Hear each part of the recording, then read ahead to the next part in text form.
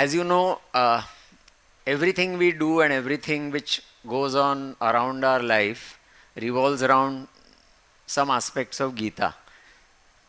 And as I worked on my talk, I realized it's an excellent example where we can actually split the three yogas of Gita, that is Gyan Yoga, Karma Yoga, and Bhakti Yoga. So I've tried to give it a little different perspective in this talk. These are the three aspects of, I won't go into the detail, we have limited time, so I'm going to rush through.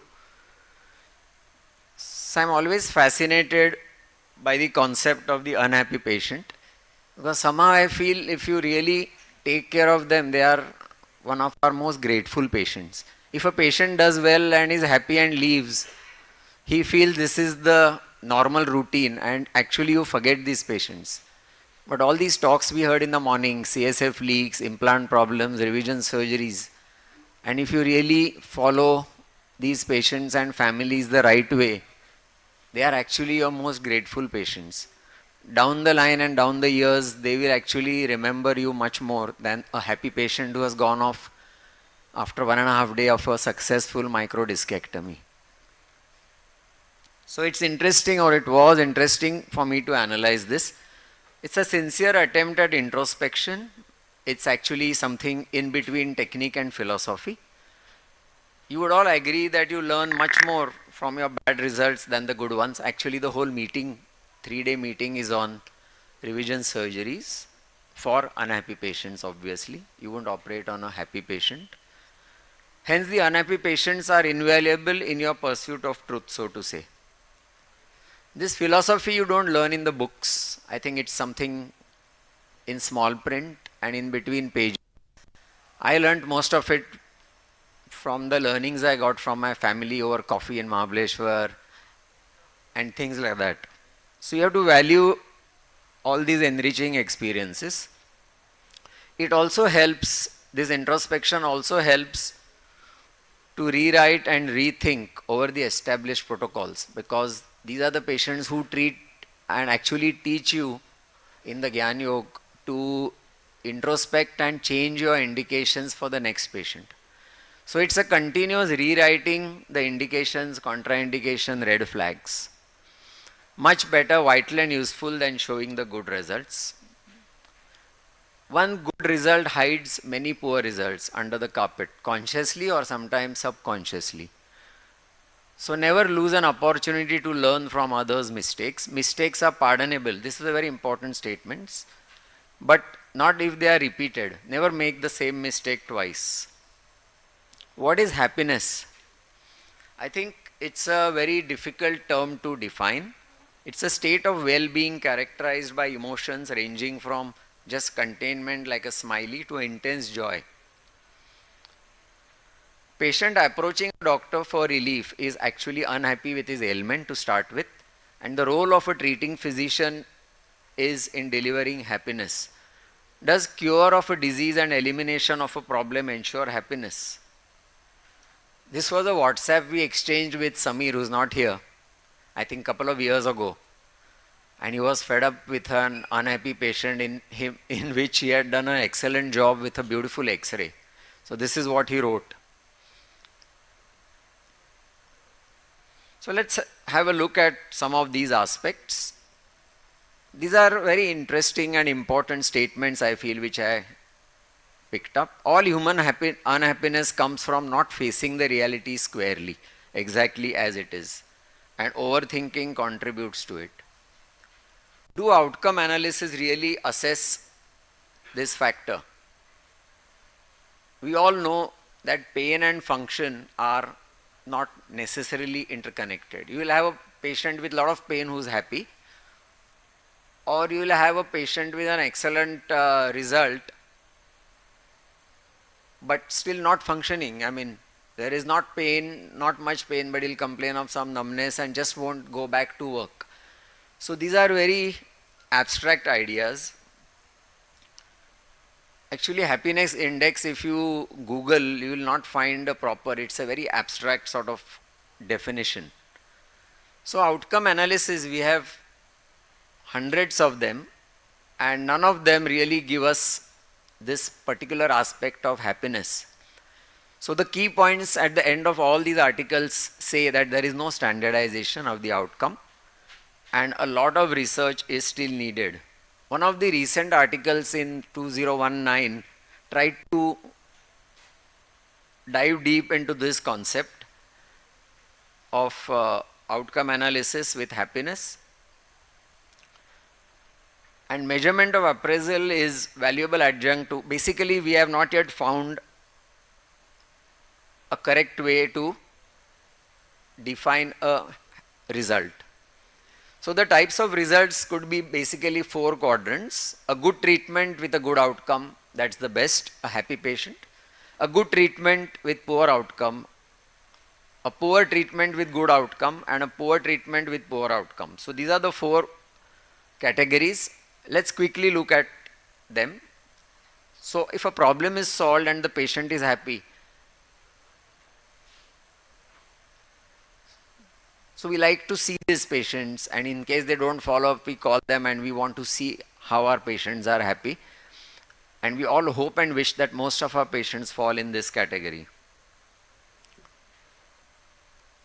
Third category is problem unsolved and patient happy.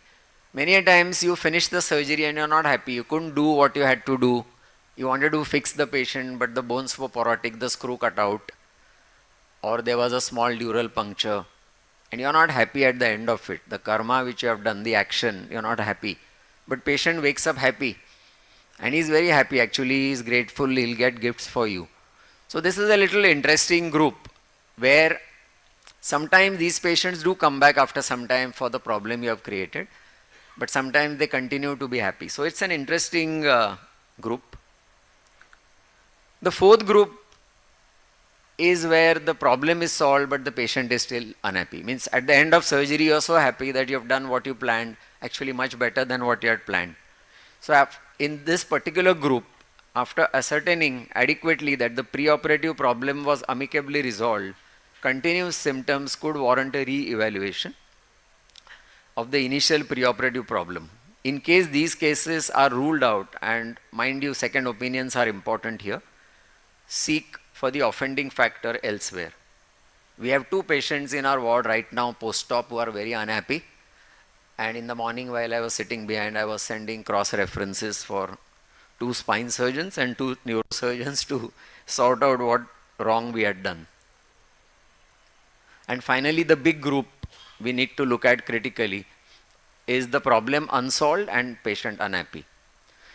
So here identifying the unsolved problem either pre-existent, that means something has gone amiss in the pre-op calculation, your Gyan Yoga has been deficient, you haven't learnt the pre-op assessment properly, and hence second opinions and spending maximum time with the patient, mind you, pre-operatively is important, not after you have done something.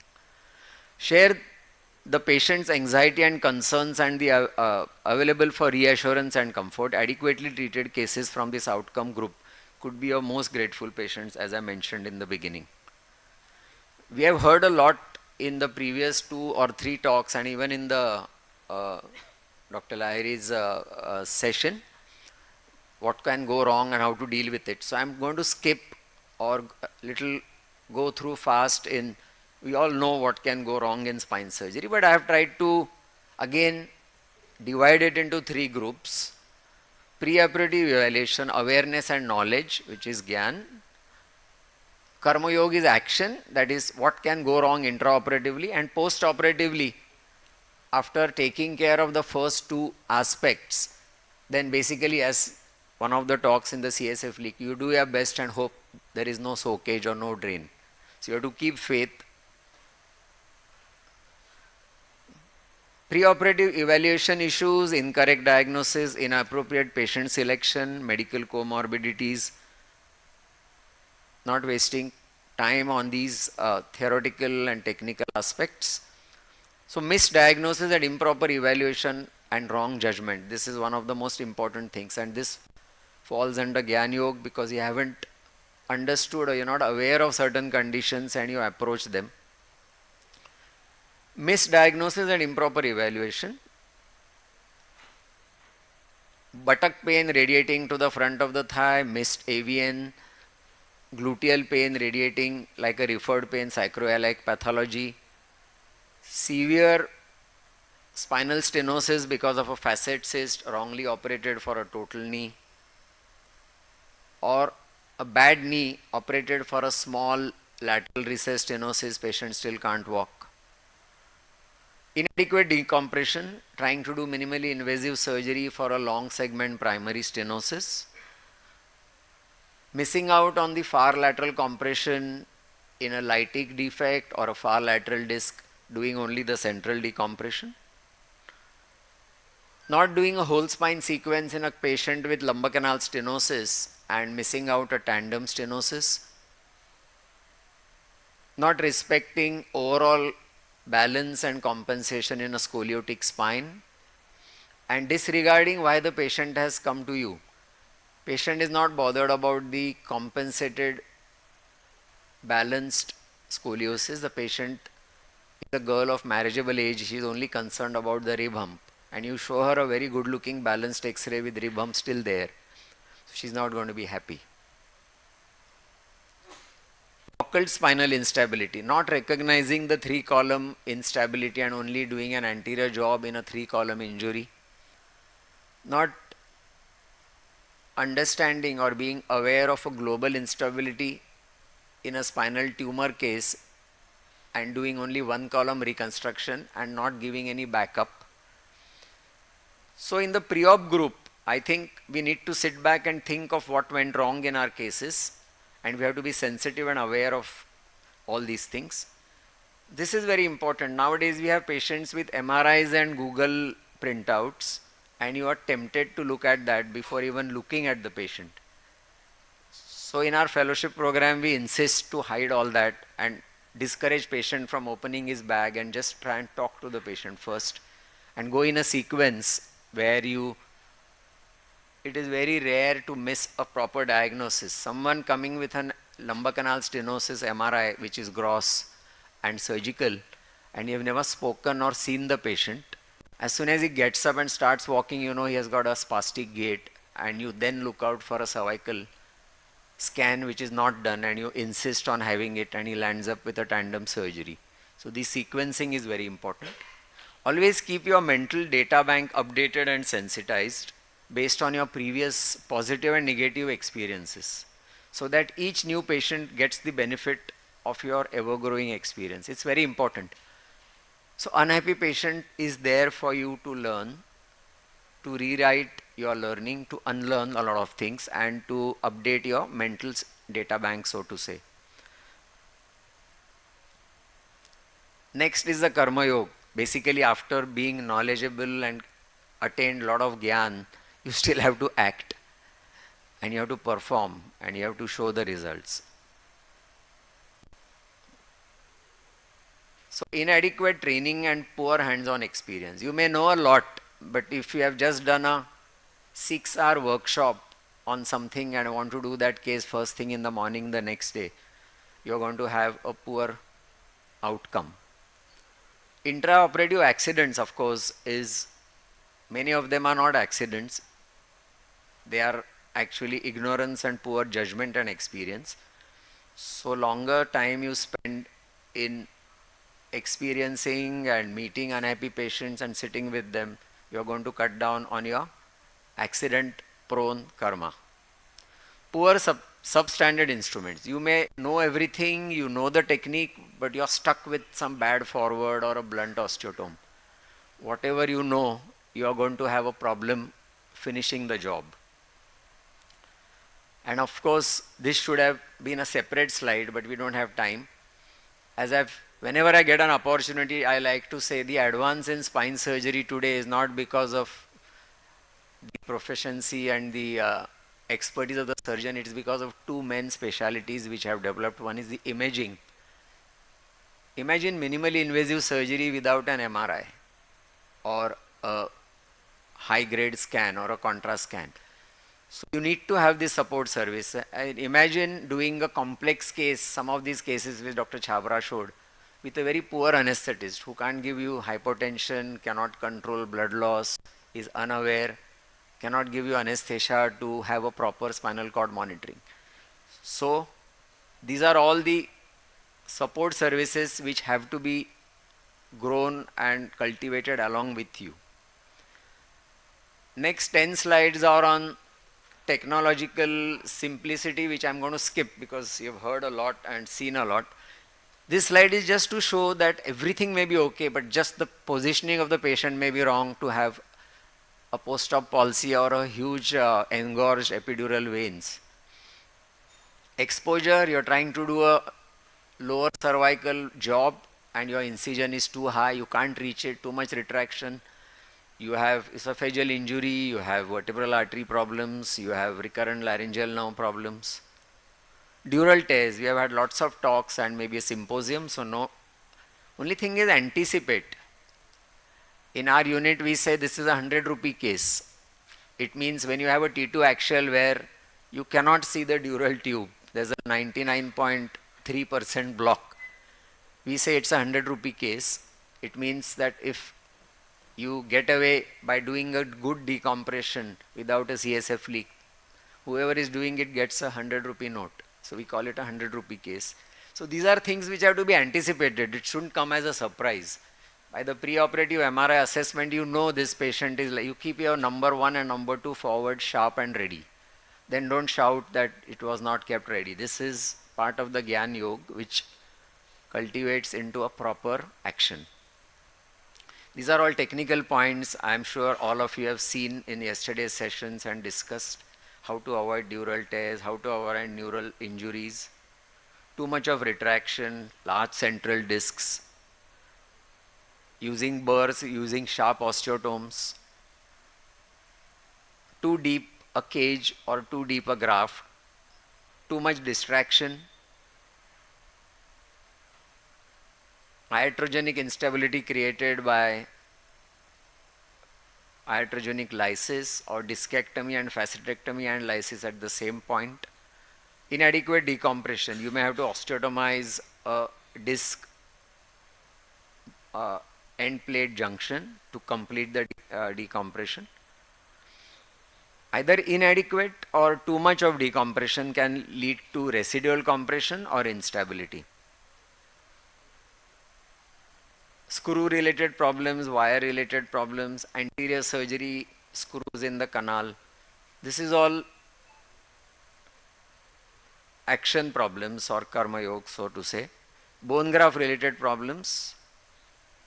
Putting bone grafts in active infection when the recipient bed is not good. Missing out on a big cavity. Here, that's why in most of the tumor or infection or pathological lesions, we insist on a CT because then you know the extent of the defect you need to cover either with a graft or a cage or whatever. So a CT will, this patient's MRI was showing just an abscess, but when you did a CT, you realize how much dead space we have to bridge.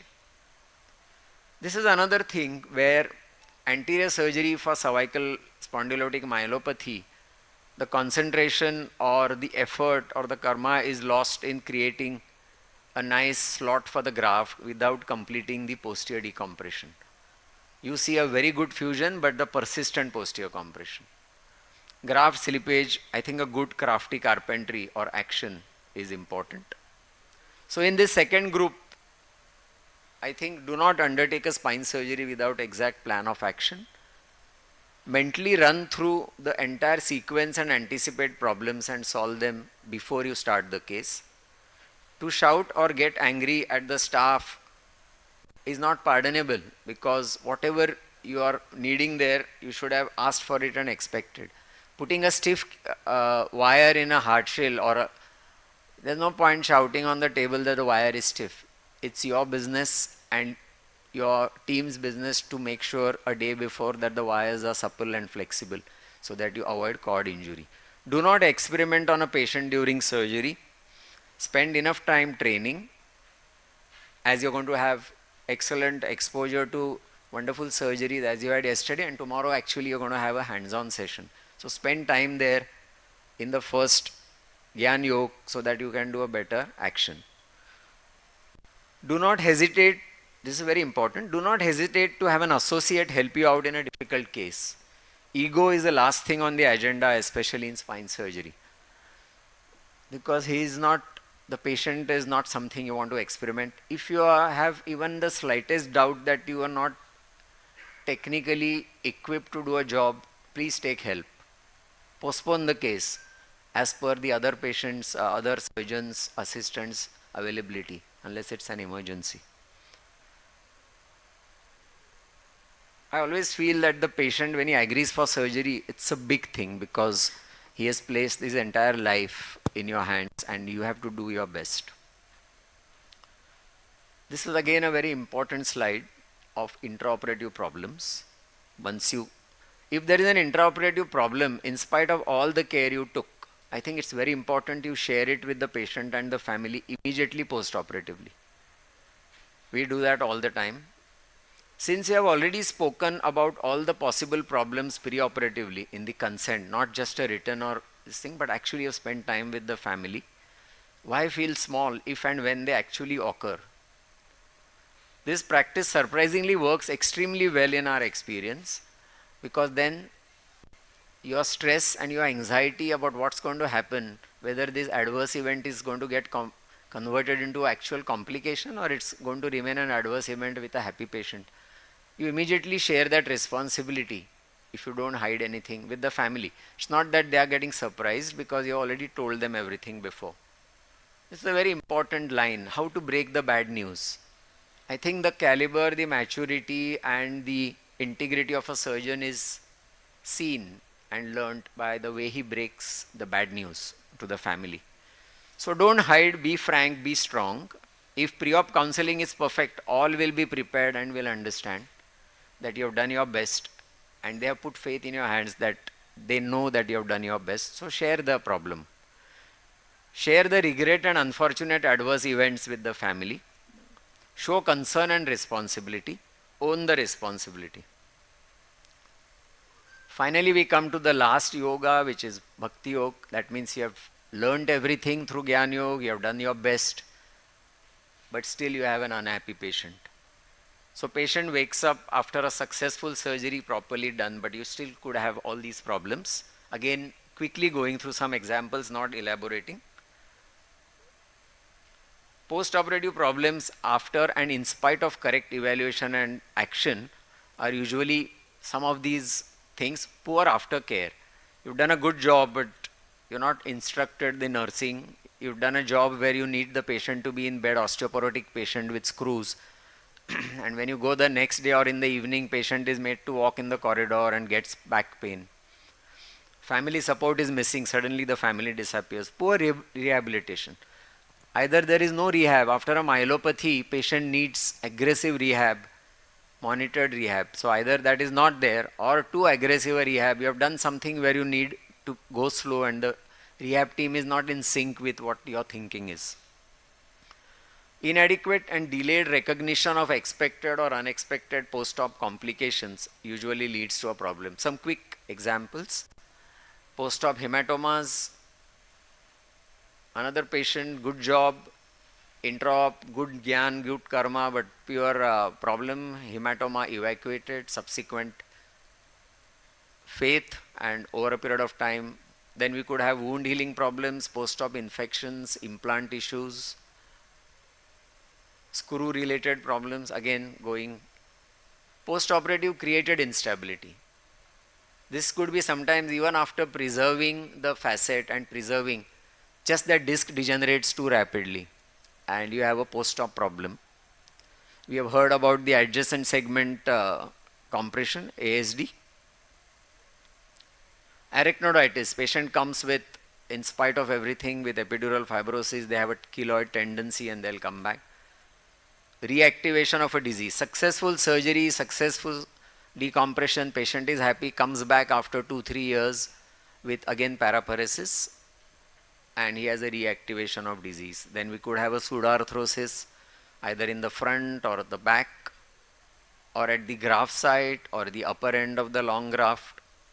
We heard about the crankshaft, and this is, we have actually seen cases where a successful anterior fusion or a successful long segment posterior in a growing spine did give rise to a crankshaft. This is one of our very early cases which I did at the KM hospital years ago, I think 30 years ago, small kid with neurofibroma.